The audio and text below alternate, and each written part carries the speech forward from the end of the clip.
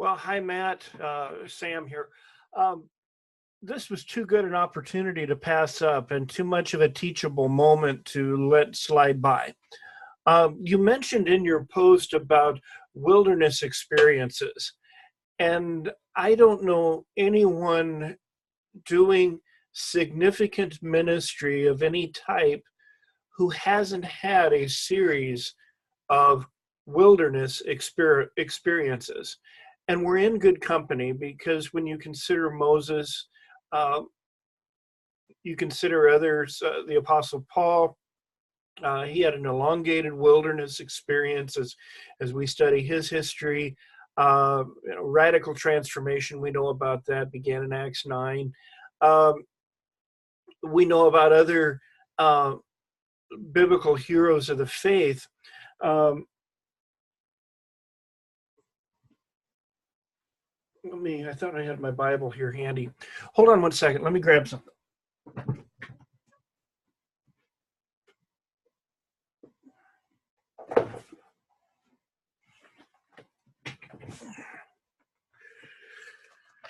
I'm going to try to do this sans glasses and we'll see if it works.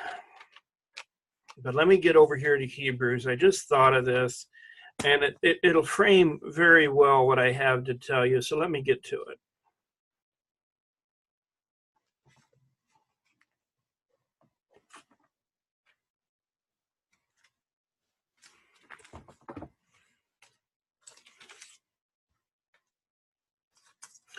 You're very likely familiar with Hebrews chapter 11.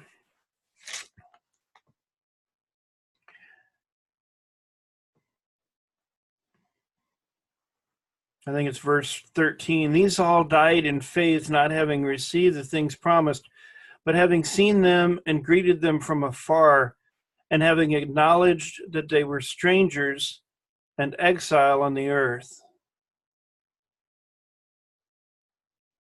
It goes on to say, let me skip down here. It gives some examples here. By faith, Abraham, you know his story. By faith, Moses,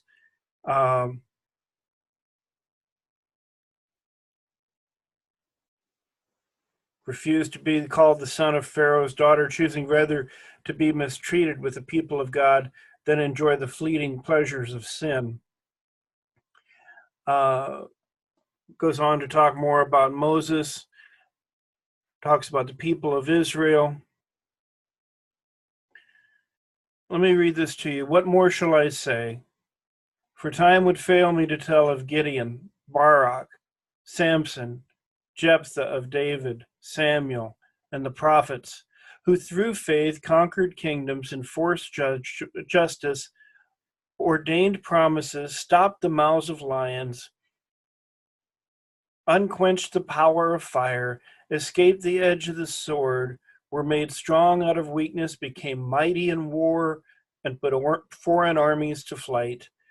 Women received back their dead by resurrection. Some were tortured, refusing to accept release so they might gain a better life. Others suffered mocking and flogging, and even chains and imprisonment. They were stoned, they were sawed in two, they were killed with the sword.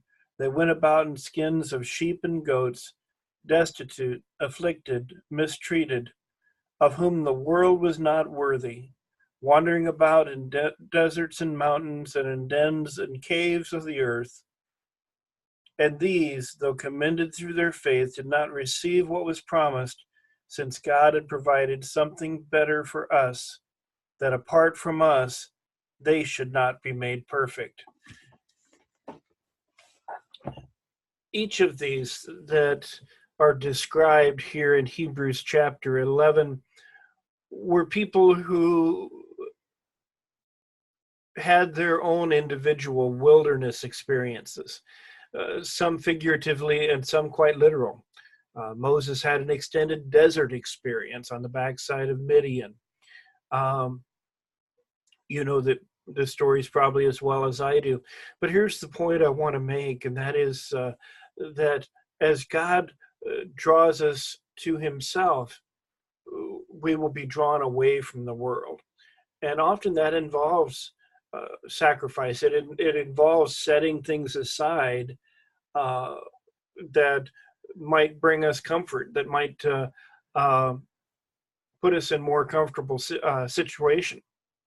Um, but God has a greater and better plan for us all. Um, so when you talk about, let me see here.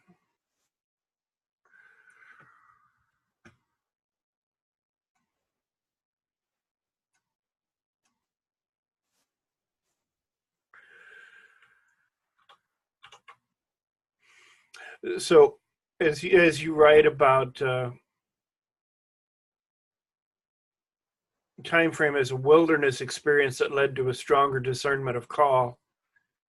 And I'm very interested in what you're going to write in your journal, because I think this process and recognizing those desert or wilderness experiences are crucial to our ministry. As you may know about me, I'm retired Air Force combat vet. I spent 22 years in the Air Force, a lot of time overseas in deployed environments, hostile fire zones, things like that. And so some of those were quite literally desert experiences. But I discovered that even in the midst of a combat environment, God met me there and helped frame and build in me the things that He would use in my life to bring about effective ministry. So if you ever get discouraged, know that you're in very good company. There are many others like you, both in and out of Scripture. I don't want to elevate my experience to that of those heroes of the faith, but I do understand a little bit about what they went through. Although their situations were much more dire than anything I've ever faced, I do understand just a little bit about what they're talking about from firsthand account, having been in some of the places that I've been in, where you have to depend on the Lord. You have no other strength. And things don't make sense to you. And God brings you through it.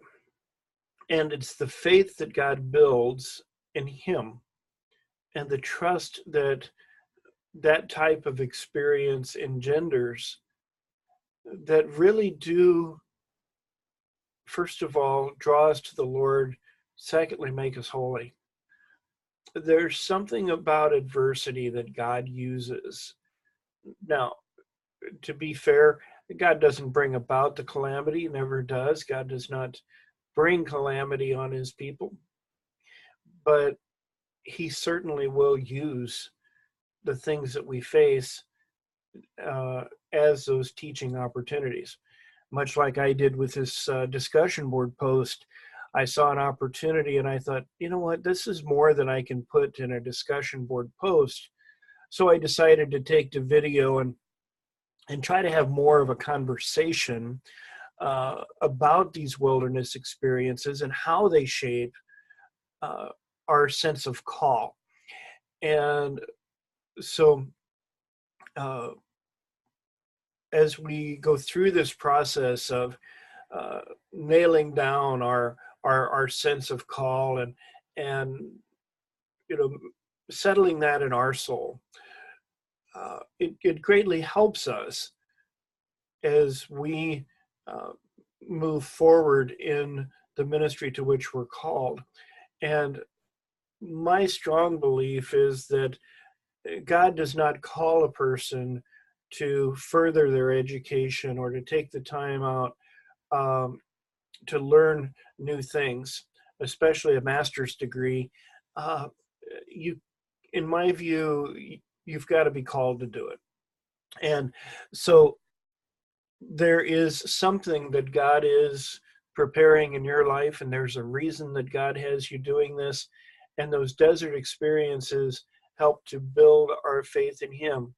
That, Lord, I know that you've called me, first of all, to yourself, and secondly, to this ministry arena, whatever ours may be. And we know, because of God's character and his nature, that he won't leave us or forsake us. He hasn't left us as orphans, but he's given us his Spirit to be with us always. And the Spirit testifies of Christ and enables us to do what we need to do. And we need to make sure that we're allowing the Spirit of God to work in us in such a way that God does things his way. And we're not doing things our way, but his way. And that's yet another reason why solidifying that call is important, and being able to ascertain that voice of God that says, my child, come with me. And I like what Henry Blackaby has to say in his book, Experiencing God. Find out what God is doing and join him there. And often God invites us into what it is that he's doing. Jesus said it this way in John 15, I'm the vine, you are the branches. If you remain in me, you'll bear much fruit, for apart from me, you can do nothing.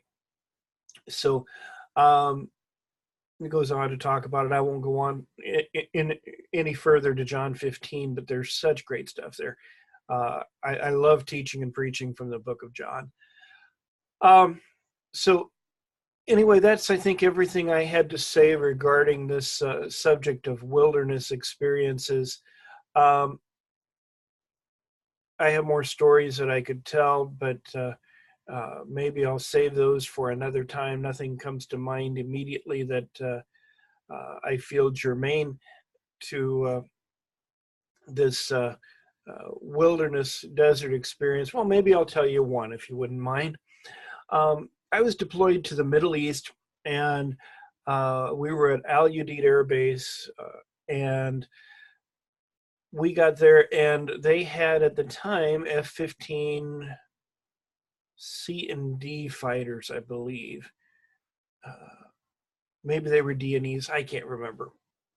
But in any case, no, they got the D's and E's later. So they started with the B's and C's.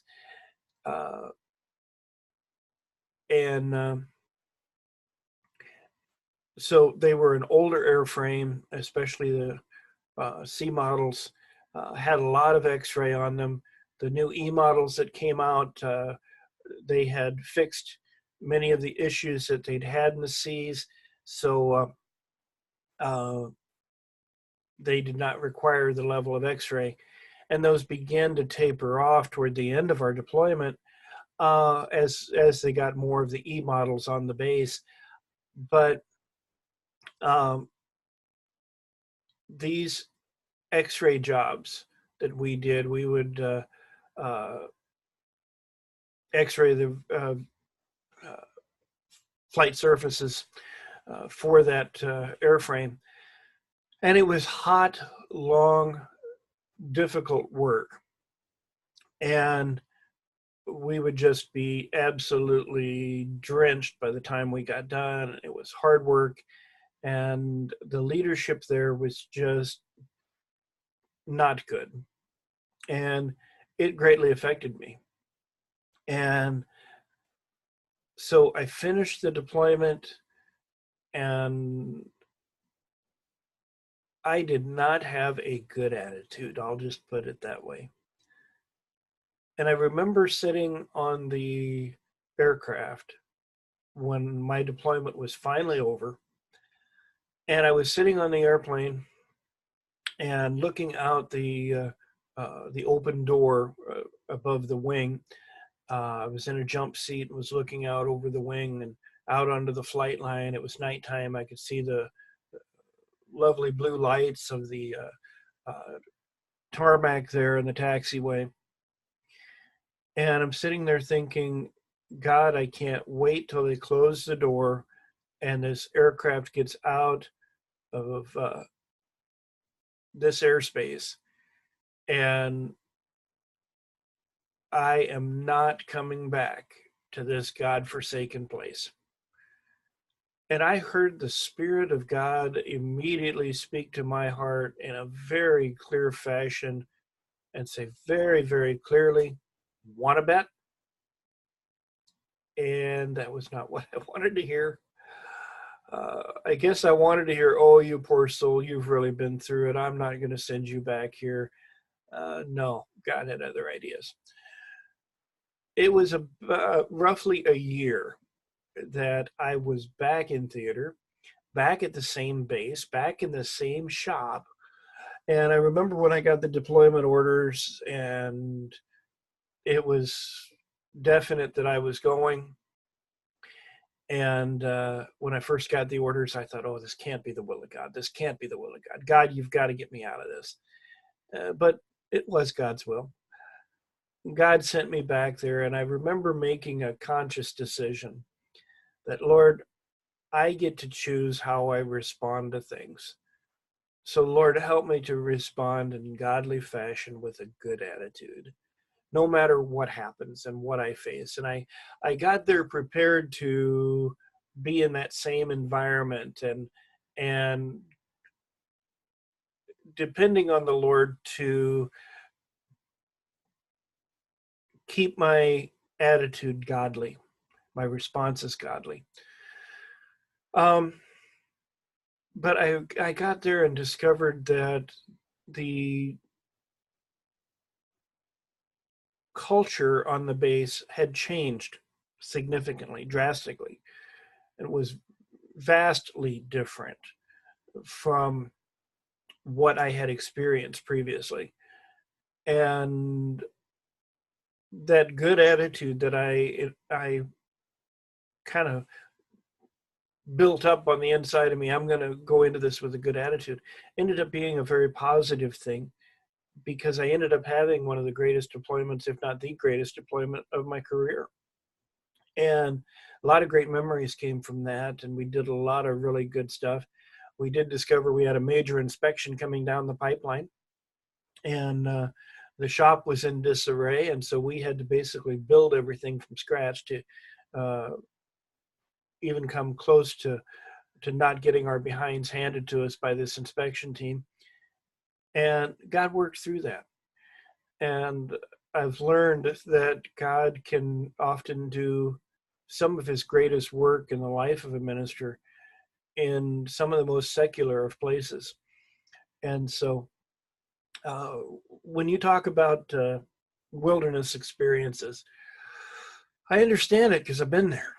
And so your situation that you may find yourself in or may have found yourself in previously really does help us to solidify that call, and it teaches us a lot more about the character and the nature of God and how it is that he can sustain us through those difficult times.